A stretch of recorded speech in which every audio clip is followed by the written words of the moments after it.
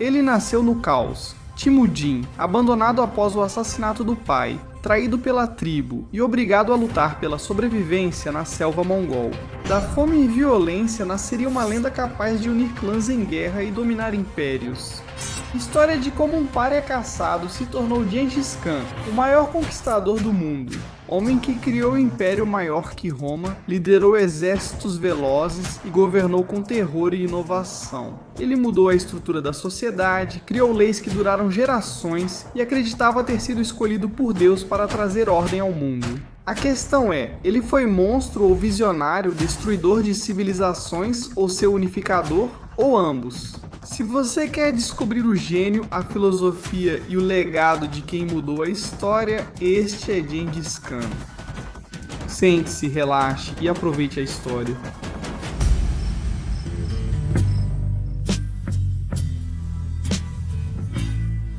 Olá pessoal, bem-vindos ao acampamento da história. Sou Mark Gagnon e obrigado por estarem na minha tenda. Toda semana exploramos as histórias mais interessantes, fascinantes e polêmicas de todos os tempos, de toda a história. Sim, este é o lugar onde venho para entender tudo o que tem acontecido. Há muita coisa, são milhares de anos de história e estou tentando entender. Hoje temos um episódio incrível que vai abrir sua mente. Um dos líderes militares mais significativos de todos os tempos, eu diria. Esse cara ficou absolutamente gravado na mente de quem se interessa por história militar. Antes de começar, agradeço ao amigo Cristos por sentar comigo na tenda todos os dias. Como está, Cristos? Tudo bem? Sem tempo. Não dá para falar em conquista neste episódio, já que tratamos de talvez o líder militar mais infame da história. E é um homem chamado Gengis Khan. Ninguém sabe ao certo como pronunciar o nome dele, pois ninguém fala mongol antigo. Já ouvi tanto Djingus quanto Tinguis. Eu vou usar Genghis porque sou americano, certo? E é assim que a gente chama ele. Então, pelo resto disso, só saiba que é por isso que estou dizendo assim mesmo, Gengis Khan. Deixa eu avisar que terão palavras difíceis de pronunciar aqui. Vai comigo, beleza? Se meu sotaque soar mongol, não é racismo, só tô tentando. Por onde começar com Gengis Khan? Dizem que todos são parentes dele, já ouviu isso? Muita gente naquela região é de certa forma parente de Gengis Khan.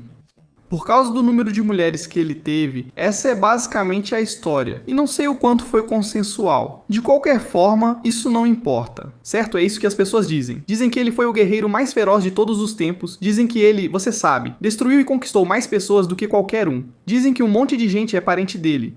Vamos aos fatos reais sobre quem ele foi. Em 1162 voltou ao passado, perto do rio Onan. Na atual Mongólia, nasce um menino chamado Temujin Mongol. Os xamãs disseram que ele nasceu com um coágulo de sangue na mão, visto como sinal de que se tornaria um grande guerreiro. O pai dele, Yasugwe, era um chefe de pequeno porte, tipo chefe do clã Borjigin, e um dos muitos que lutavam. Lutavam entre as várias tribos mongóis da região, tentando basicamente apenas sobreviver nesse terreno brutal. Os invernos eram congelantes, faltava comida, havia guerra constante e nesse mundo era preciso lutar para sobreviver. Então a infância de Temujin foi bem difícil. Aos 9 anos o pai dele foi envenenado por tártaros rivais durante uma refeição, o que era comum na época. Você sabe, as pessoas se convidavam umas às outras, e aí você envenena um pouco da comida deles, coloca um pouco de veneno ou algo assim e pronto, ele já era.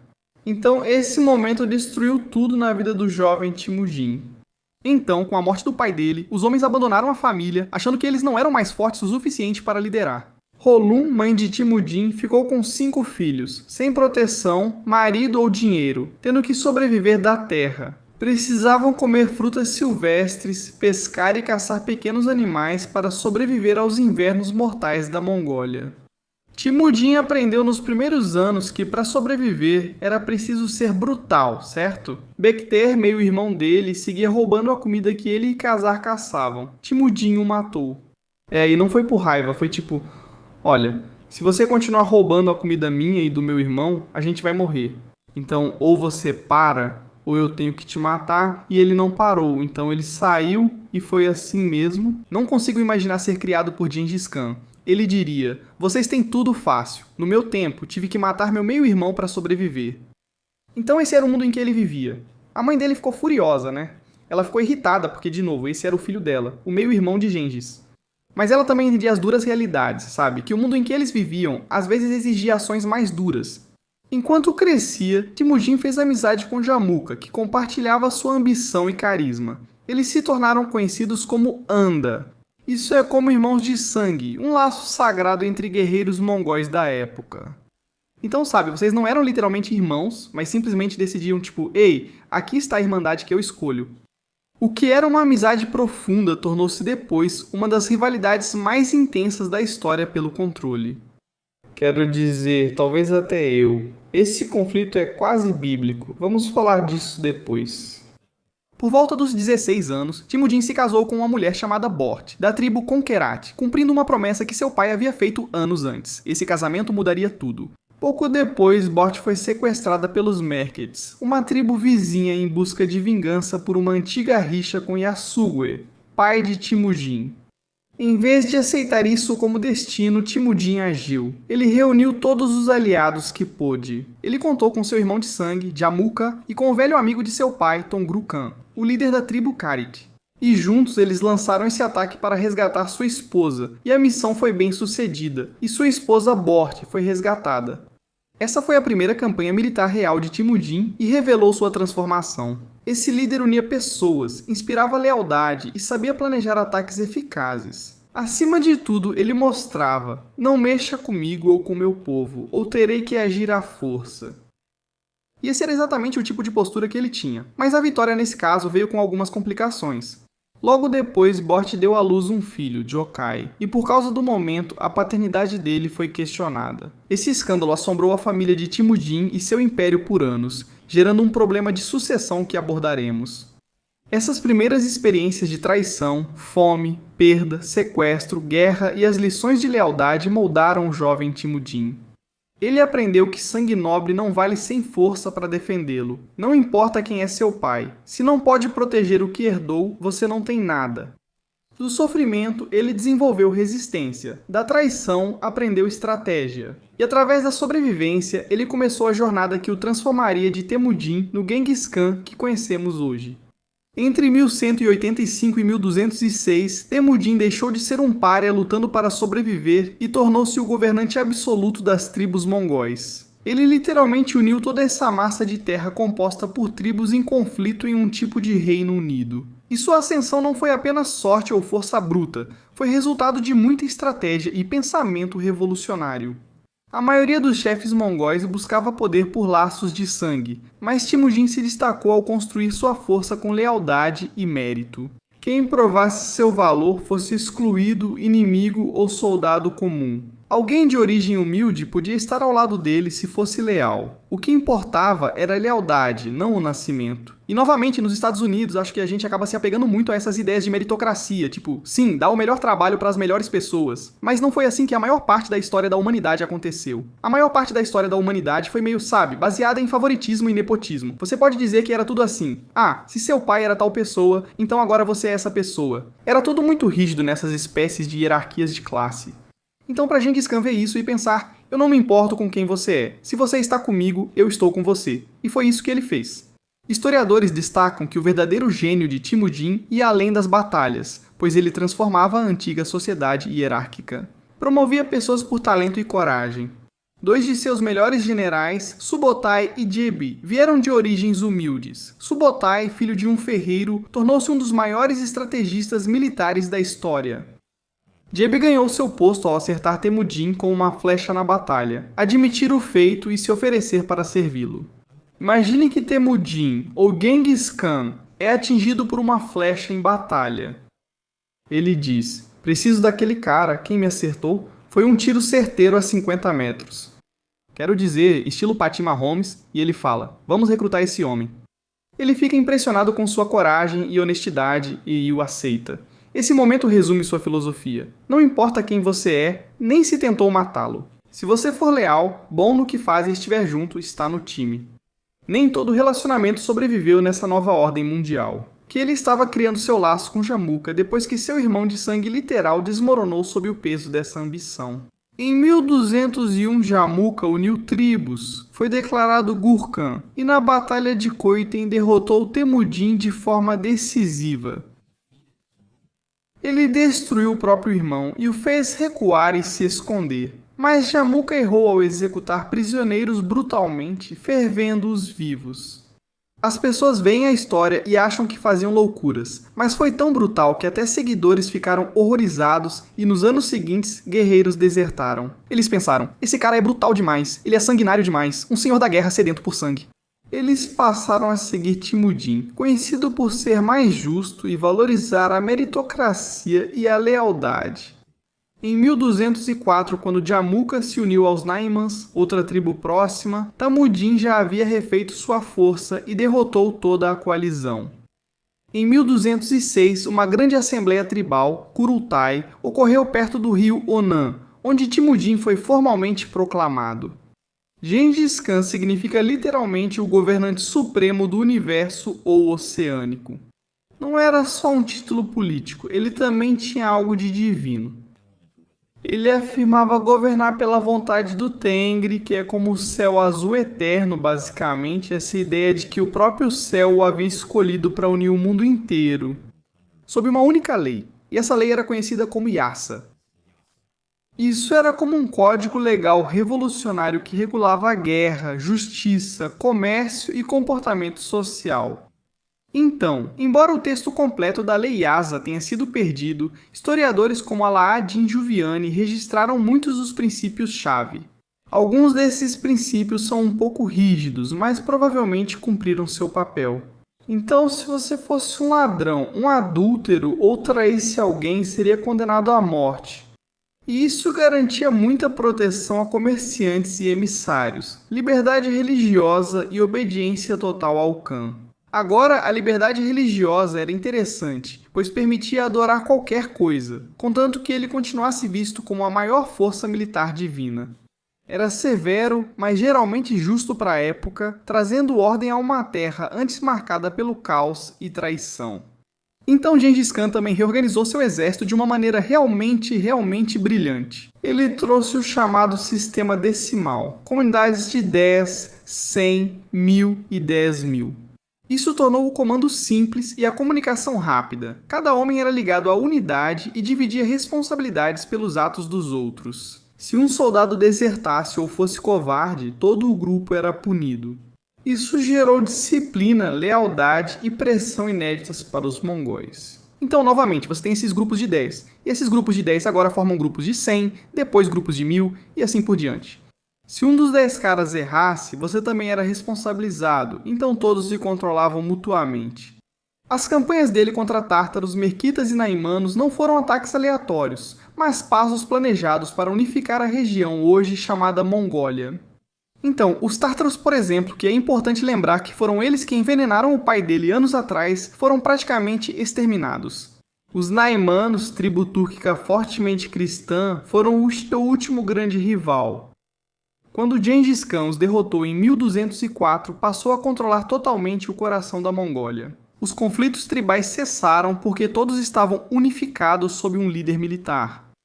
E em 1206, o órfão que antes procurava comida nas terras selvagens da Mongólia tinha se tornado o Gengis, o mestre das Nações Unidas, basicamente pronto para expandir seu domínio além de sua pequena terra natal. Vamos falar do exército, pois ele é o instrumento que Gengis usa para conquistar toda essa região. Era poderoso e revolucionário, com um arqueiro montado no centro.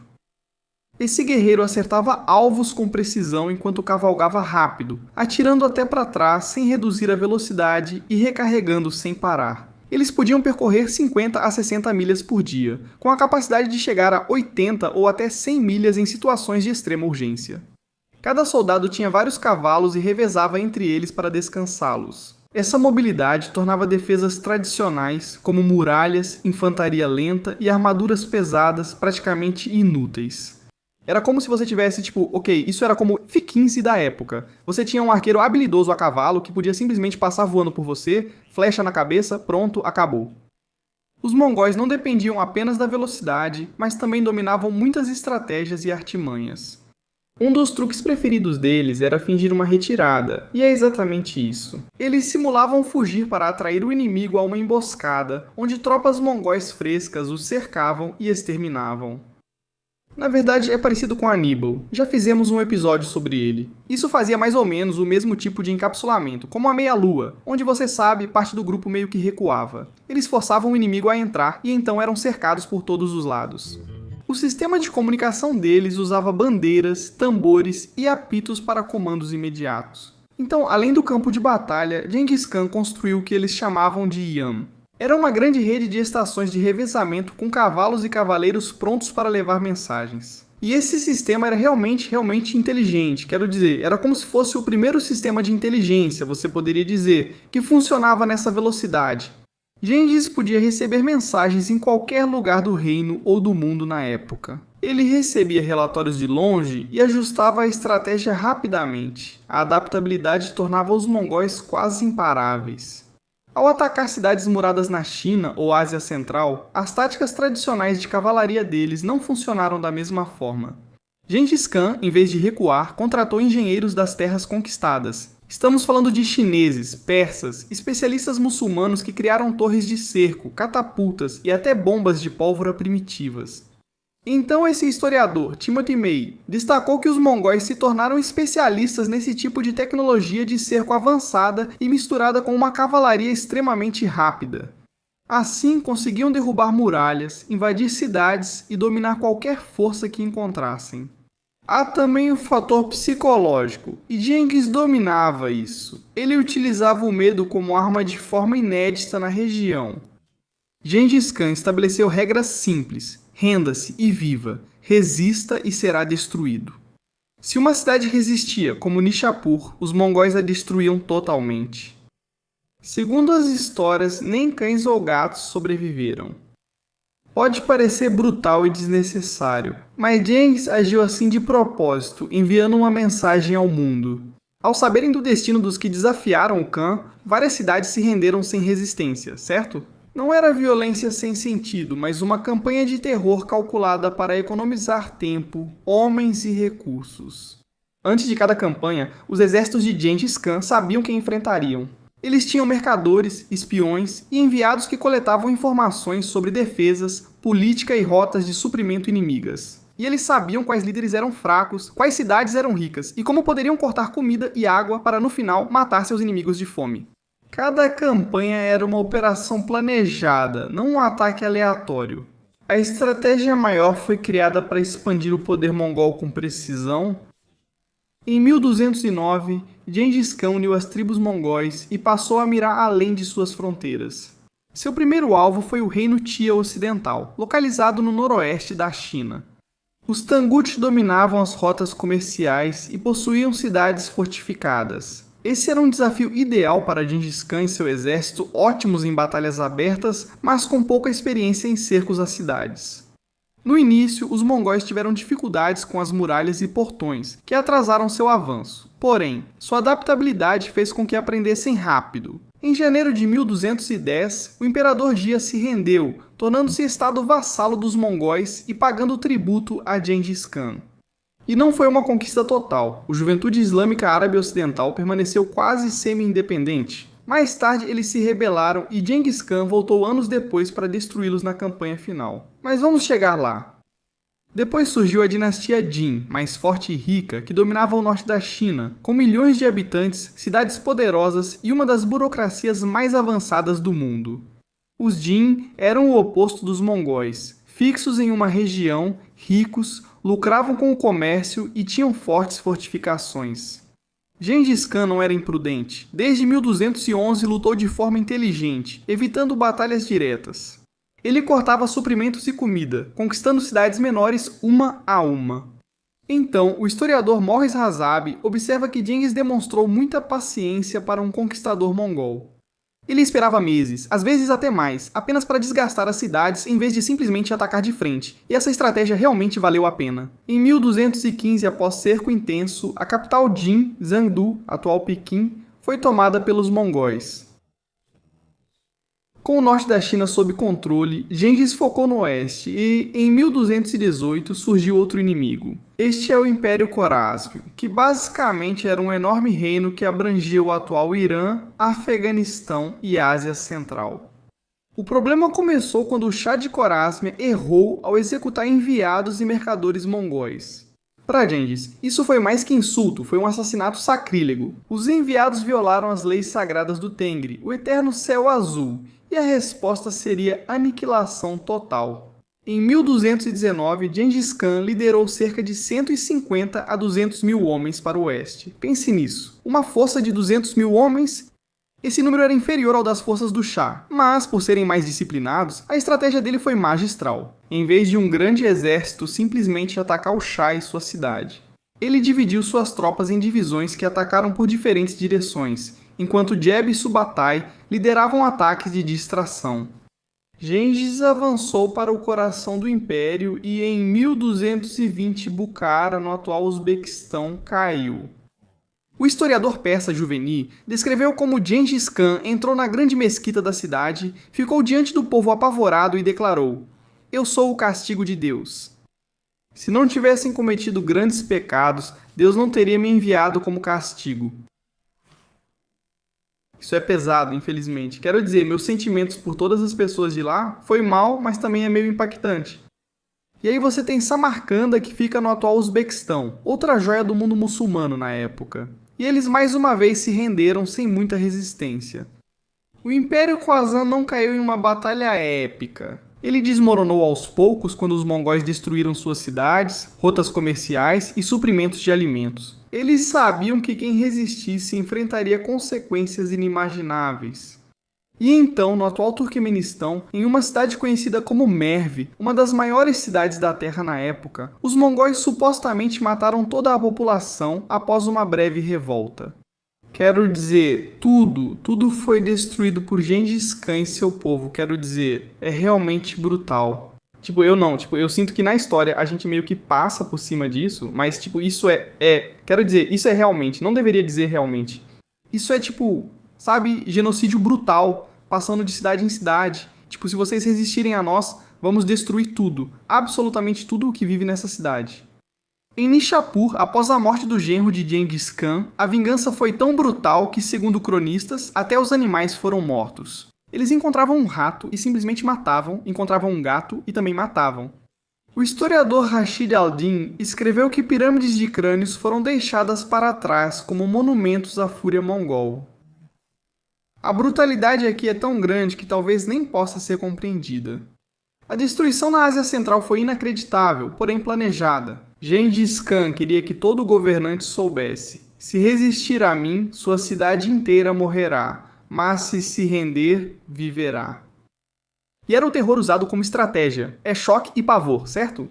Funcionou de certa forma, pois as notícias sobre esses mongóis brutais se espalhavam tão rápido que muitas cidades se rendiam imediatamente. Antes mesmo deles chegarem, o pessoal já dizia: "Ei, se os mongóis vierem, a gente já entrega tudo para eles." Isso acabou salvando muitas vidas. Enquanto isso, os generais de Gengis Khan, Subatai e Jeb, antigos camaradas, avançaram ainda mais para o oeste em uma ousada expedição. Eles venceram os exércitos georgiano e russo, contornaram o Mar Cáspio e coletaram informações importantes sobre o terreno e defesas da Europa. Foi uma das missões de reconhecimento mais ousadas da história. Ao retornarem em 1223, após milhares de quilômetros e vários exércitos derrotados, deram a Gengis Khan uma visão clara do mundo além. Esse foi, no fim, o próximo estágio do destino do império dele.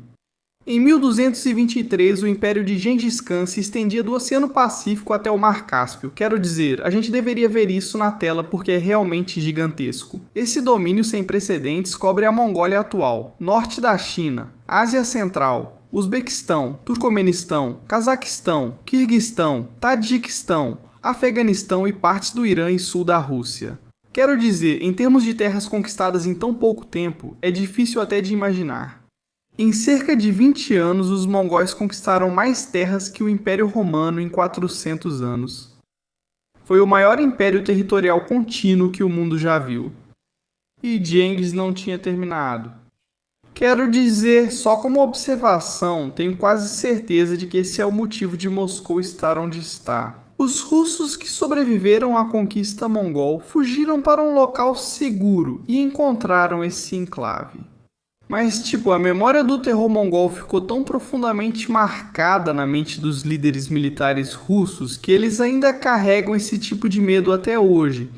E é por isso que eles ficam tão preocupados com qualquer tipo de invasão ocidental vinda da Europa. Os mongóis foram tão brutais que obrigaram os russos a mudar de região. Agora Gengis Khan entendeu que conquistar era a parte fácil, governar é onde as coisas realmente ficam complicadas, especialmente nessa época.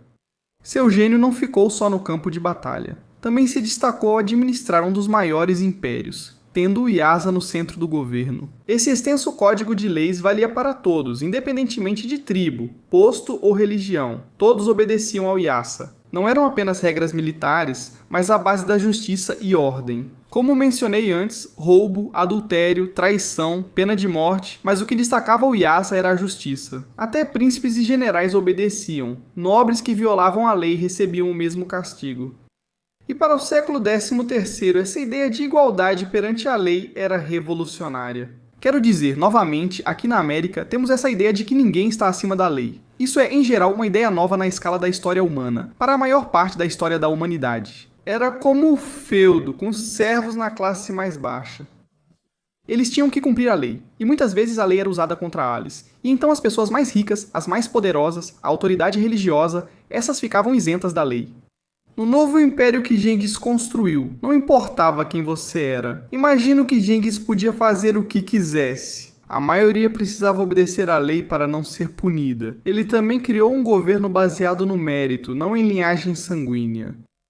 O que valia era sua habilidade e lealdade, não quem era seu pai. Por isso, Subatai, filho do ferreiro, tornou-se general.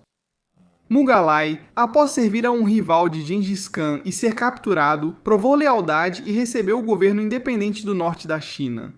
Nem os filhos de Gengis Khan, Jokai, Chugatai, Ogadai e Tolu foram poupados de conquistar seu próprio valor. Eles ganharam territórios para administrar, mas se errassem, o pai os repreendia como faria com qualquer um. Promover a tolerância religiosa foi uma das decisões mais inteligentes, algo que nos Estados Unidos da América já consideramos garantido. Mas naquela época era, converter ou morrer, então o próprio Gengis seguia a fé tradicional xamanista dos mongóis. Eles veneravam o céu azul, o Tengri. Sem impor crenças, preferiam conquistar. Cristãos, muçulmanos, budistas e xamãs, e todos eram tratados de forma geralmente bastante igualitária. Curiosamente, líderes religiosos como sacerdotes, imãs e rabinos eram isentos de impostos e do serviço militar. Isso não era igualdade ou bondade, mas uma jogada política. Gengis sabia que conflitos religiosos enfraqueciam impérios. E por ter um império tão massivo, com tantos tipos diferentes de pessoas, grupos e identidades religiosas, ele teria que encontrar alguma forma de manter algum tipo de coesão.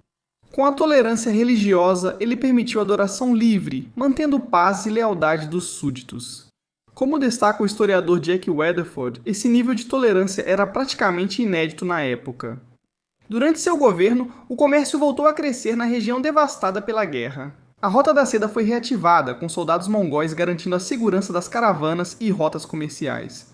O sistema Yam, com estações de retransmissão e cavalos frescos para envio rápido de informações, foi muito útil para viajantes e comerciantes. Os mercadores eram incentivados a operar livremente e trazer riqueza, mercadorias e informações ao império. Gengis via esses homens não só como comerciantes, mas como veias do império, mantendo-o conectado e vivo nos bastidores. Ele liderava uma rigorosa rede de inteligência e diplomacia. Então, os espiões mongóis saíam para coletar informações, e eles tinham informantes em cortes estrangeiras e missões diplomáticas. Não eram só apertos de mão, mas operações de reconhecimento. Quem ousava ferir um enviado mongol, como o Shah de Kharazan, era punido com destruição total. E mais uma vez, isso era apenas um recado para qualquer um que dissesse: olha, se você desrespeitar os mongóis, ou simplesmente desrespeitar nossa diplomacia, vai pagar caro por isso. Durante tudo isso, Gengis Khan não criou só um império pelo medo e guerra. Sim, ele fez isso, mas construiu um império com sistemas, leis, comércio, inteligência e tolerância. De certo modo, isso uniu muitos desses territórios. Isso tornou esse império não só o maior, mas um dos mais eficientes da história até então. E no centro de suas crenças estava essa ideia do tengriismo, que era uma antiga fé mongol construída em torno, você sabe, desse céu azul, e essa era a força divina que governava tudo. Ele não se via como um deus, mas como um instrumento do céu, uma figura messiânica para trazer ordem ao mundo fragmentado. Ao conquistar outras terras, ele não via isso como busca por poder, mas como cumprir a vontade de Deus e resistir. O domínio mongol não é uma rebelião contra ele, mas sim contra o próprio Deus. Por isso, a destruição não só era justificada, mas necessária. Era como ele via as coisas então. Não era apenas discurso político. A história secreta dos mongóis e outras fontes mostram que ele realmente acreditava nessa missão sagrada. Ele era um ideólogo religioso xamanista, o que deu à sua conquista uma base espiritual e ao governo um propósito superior.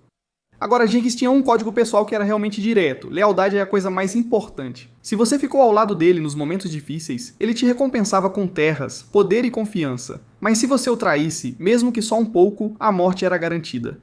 O mérito era mais importante que o nascimento. Até um pastor pobre podia virar grande comandante se fosse bom e seguisse sua lei. A essa era a base desse sistema de justiça, e todos seguiam essa regra.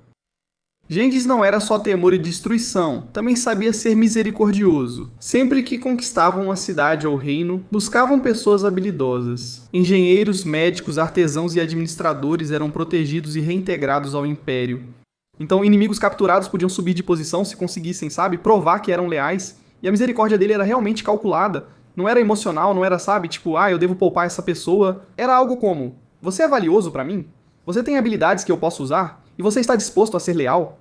E se você resistisse de qualquer forma, você simplesmente seria destruído. E a vida pessoal dele, Bort, sua primeira esposa, era realmente muito importante para ele. E esse relacionamento foi, sabe, realmente significativo de várias maneiras. Mesmo tendo se casado com outras esposas por alianças políticas, sua primeira esposa continuou sendo a imperatriz e sua confidente mais confiável. Eles mantiveram esse vínculo apesar de guerras, longas separações e até o sequestro dela no início. Seus filhos herdaram grandes terras, mas a família era conturbada. Jokai, o mais velho, era corajoso, mas vivia atormentado por rumores sobre sua paternidade. Chagatai era impulsivo e rígido, sempre exigindo o cumprimento da lei, o que o levava a frequentes conflitos com seu irmão Jokai sobre legitimidade. Ogadai, equilibrado e diplomático, acabou se tornando seu sucessor. Já Tolu, o mais novo, era visto como o melhor guerreiro entre os 4 irmãos. Ele era feroz e sanguíneo, e o que mais refletia o espírito guerreiro e o temperamento de seu pai. E as descrições do seu comportamento mostram um homem cheio de contradições, certo? Ele era tradicional, mas à frente do seu tempo em muitos aspectos. Ele era extremamente brutal, mas também, perspicaz e diplomático, e exigia honestidade e coragem de todos ao seu redor. Esperava-se que os conselheiros defendessem abertamente seus argumentos até que houvesse uma decisão clara com a qual todos pudessem concordar. Indecisão e covardia não eram toleradas de forma alguma. Ele rejeitava luxos, pois acreditava que isso enfraquecia os homens. Ele também valorizava o conhecimento, o artesanato e a beleza das culturas que conquistou. O historiador John Mann o definiu como um líder que provavelmente compreendia o poder melhor que quase todos na história. Alguém que era tanto temido quanto respeitado de várias maneiras, que governava com uma espécie de clareza e propósito brutais. Você sabe, Gengis Khan, seu governo não foi eterno. Em 1227, ele iniciou uma campanha final contra o Xixe Ocidental, reino Tangut que recusou fornecer o apoio militar prometido. Esse foi o que ele conquistou, tudo estava bem até a rebelião. Foi o que ele disse. Tudo bem, Xixia, é hora do seu exército agir em uma das minhas conquistas. Mas eles recusaram. Gengis Khan, aos 60 anos, era considerado velho entre os guerreiros mongóis, mas seguia liderando seu exército com energia. Aos 60 anos, ele ainda lutava a cavalo e derrotava todos. Os mongóis derrotaram os Tenguts, mas Gengis Khan morreu durante o cerco à capital Inchuai, hoje Laik, centro-norte da China.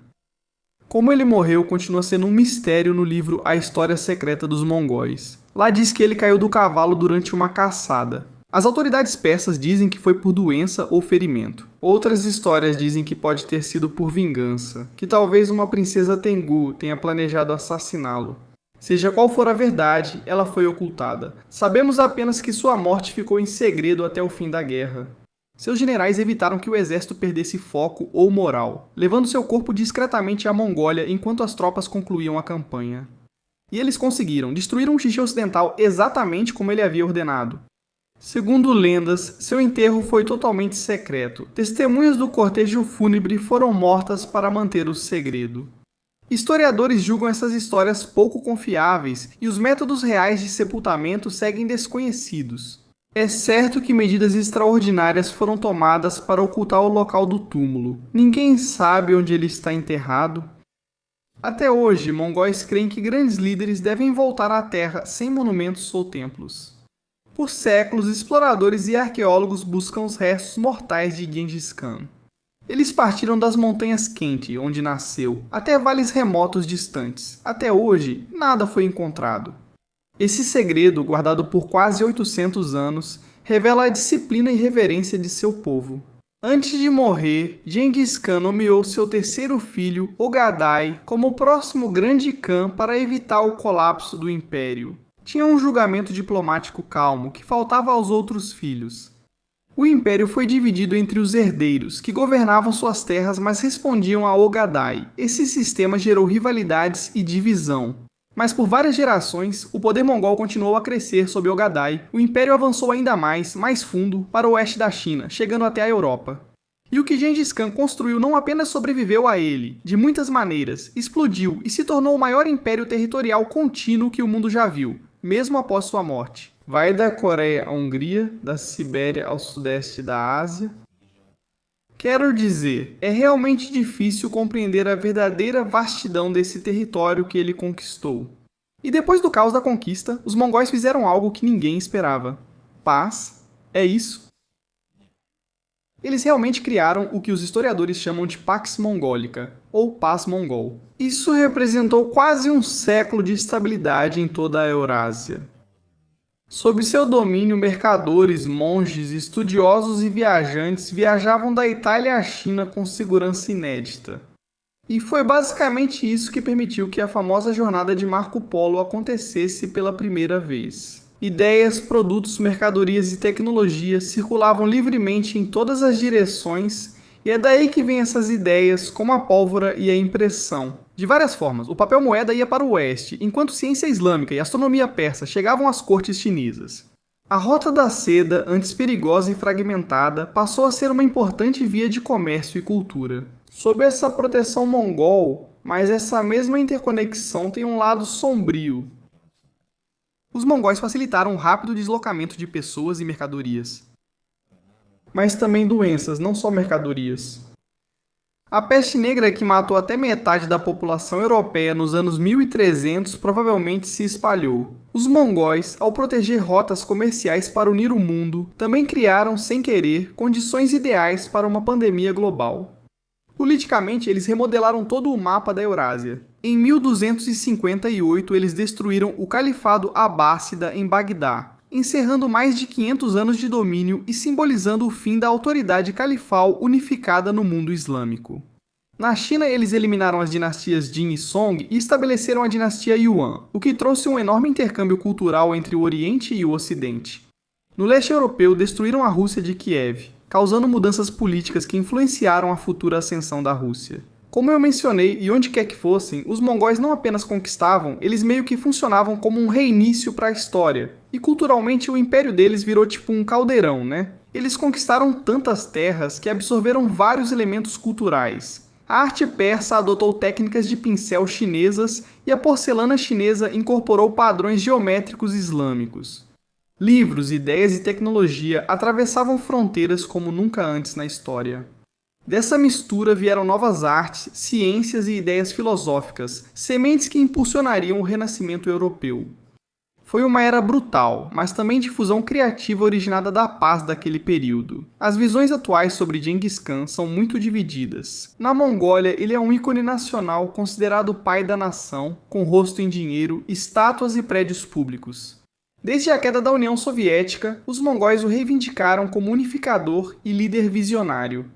Na China, a dinastia Yuan é considerada parte da história chinesa.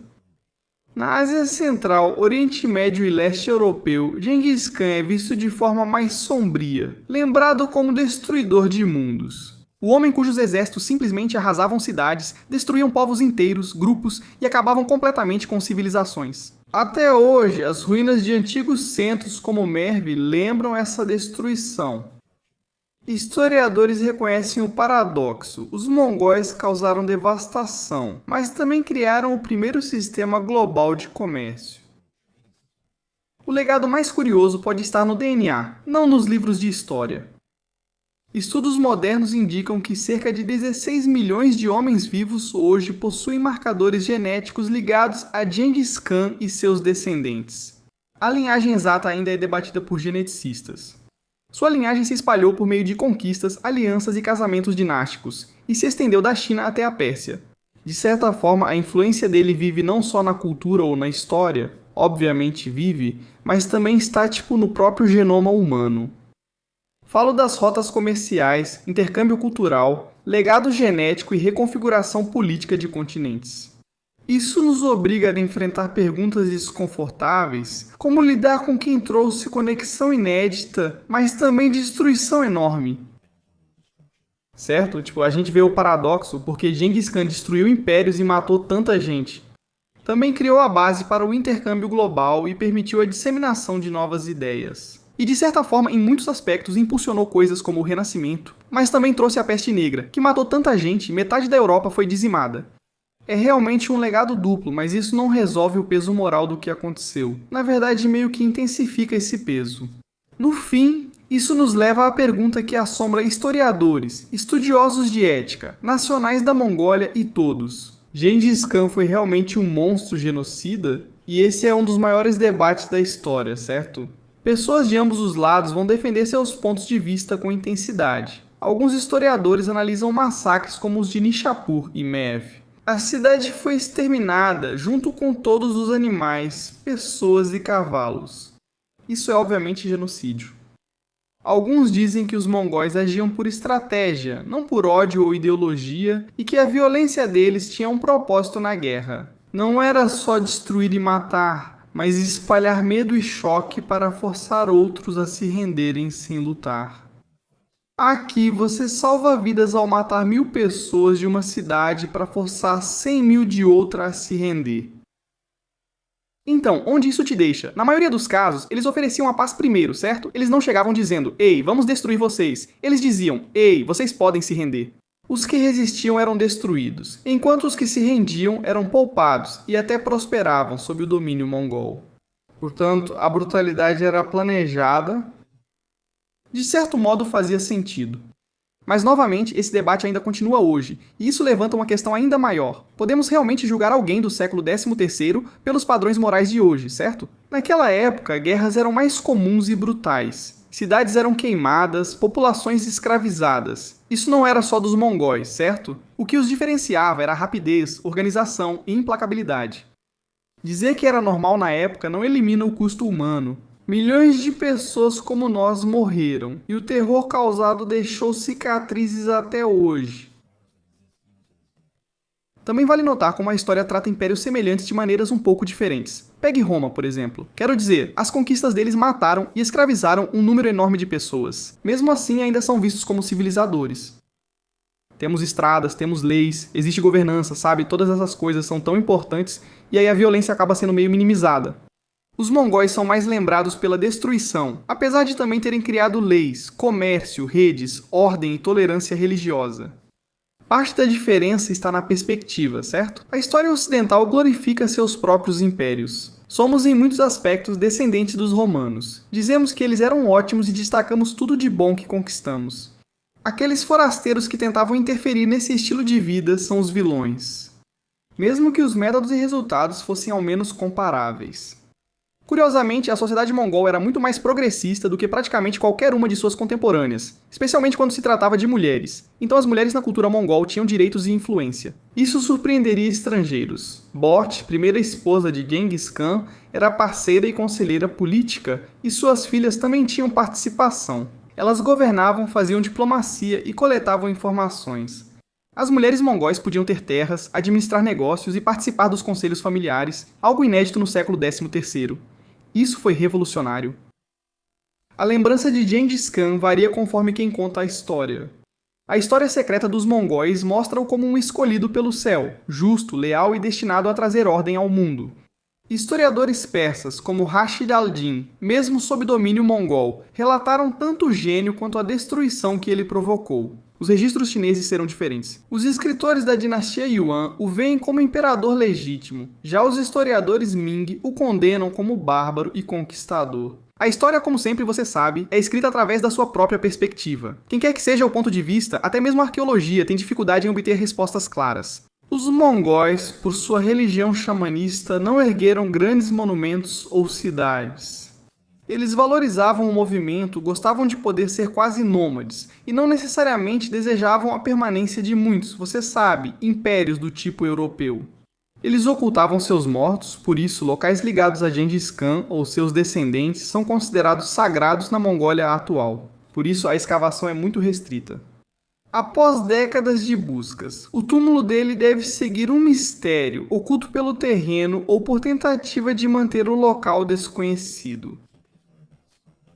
Quero dizer, só para dar um exemplo da escala de como Gengis Khan e seus exércitos realmente mudaram o mundo, eles literalmente mudaram o meio ambiente. Com a dizimação de populações na China e Ásia Central, terras agrícolas foram abandonadas e as florestas nesses locais voltaram a crescer. E alguns pesquisadores acham que isso pode ter resfriado temporariamente o clima global. Em outras regiões, como a Pérsia, a destruição dos sistemas de irrigação transformou terras férteis em desertos, prejudicando a área por séculos.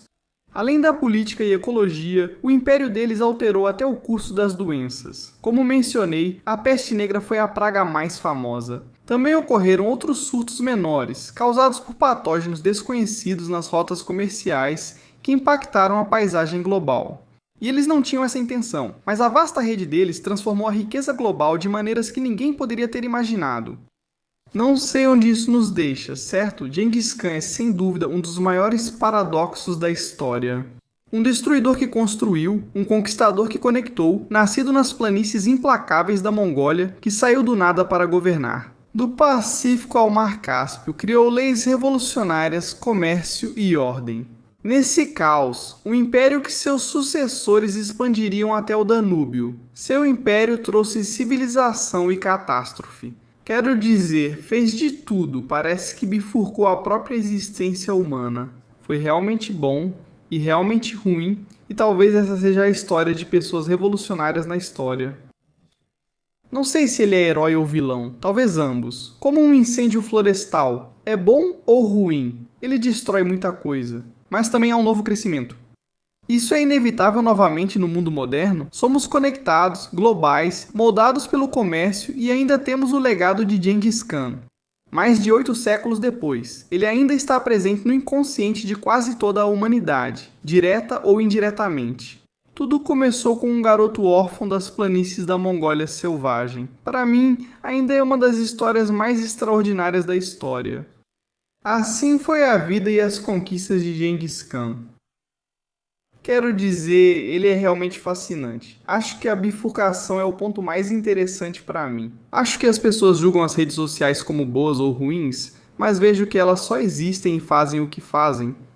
Tipo, é como, de um lado, as pessoas estão mais conectadas do que nunca, estão compartilhando histórias, compartilhando arte, velhos amigos estão se reconectando. 60 anos depois, as pessoas se reconectam com suas famílias e compartilham informações livremente, sem controle governamental. Isso é incrível. Por outro lado, há bolhas de eco e algoritmos que te fazem sentir mal. Isso cria campanhas de desinformação que causam catástrofes globais, isolamento e radicalizam as pessoas. Isso é bom ou ruim?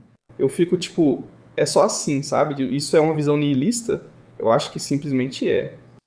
Gengis Khan talvez seja o maior exemplo, a personificação disso. Ele é bom ou ruim? Ele simplesmente é, eu não sei, como se tivesse matado minha família.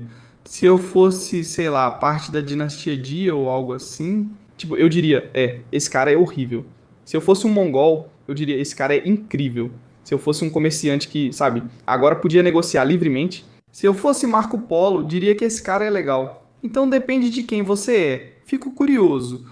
Qual a melhor forma de entender isso? Eu acho. Ele foi os dois. Ele foi os dois. Ele foi um cara bom e ele foi um cara ruim. O ruim pesa mais que o bom? Não sei como medir isso. É só pelas vidas humanas? É só sobre vidas perdidas? Eu sou melhor que Genghis Khan só porque não matei ninguém? Mas qual é a métrica? Eu não fiz nem de longe tanto bem quanto Genghis Khan. Eu não sei, o que vocês acham? Como vocês processam isso na cabeça de vocês? Eu fico muito curioso. Qual seria o arcabouço ético que vocês usariam para tentar entender um cara desse? Eu adoraria saber o que vocês pensam. Ele é um cara bom? Ele é um cara mau? Ou ele é os dois? Talvez essa seja a história da própria história. Todas as pessoas mais revolucionárias são um pouco dos dois. Porque ao que parece para mover a humanidade, nem para frente nem para trás, apenas movimentá-la, eu acho. Evolução, de certa forma, o que significa fazer parte do antropoceno exige um comportamento radical, que faz as duas coisas, a inteligência artificial o bem ou o mal. Provavelmente os dois, provavelmente as duas coisas acontecem ao mesmo tempo. O lado do bastão em que você está afeta muito sua perspectiva. Mas talvez esse seja um bom jeito de pensar, sabe? Quando estamos em tempos sem precedentes de mudanças e revoluções enormes, isso vai, afetar a forma como a gente interage uns com os outros. No mundo moderno, o capitalismo e a moeda fiduciária são bons ou ruins? É como se fosse isso. E eu sinto que isso é como ficar em cima do muro. Mas eu fico eu não sei, eu quero dizer, obviamente ele matar todas essas pessoas é ruim, mas é como se ele também tivesse feito coisas boas. Eu não sei, tô curioso pra saber o que vocês acham. Por favor, deixem um comentário. Me ajudem a entender meu senso moral, pois penso muito nisso e não sei a resposta.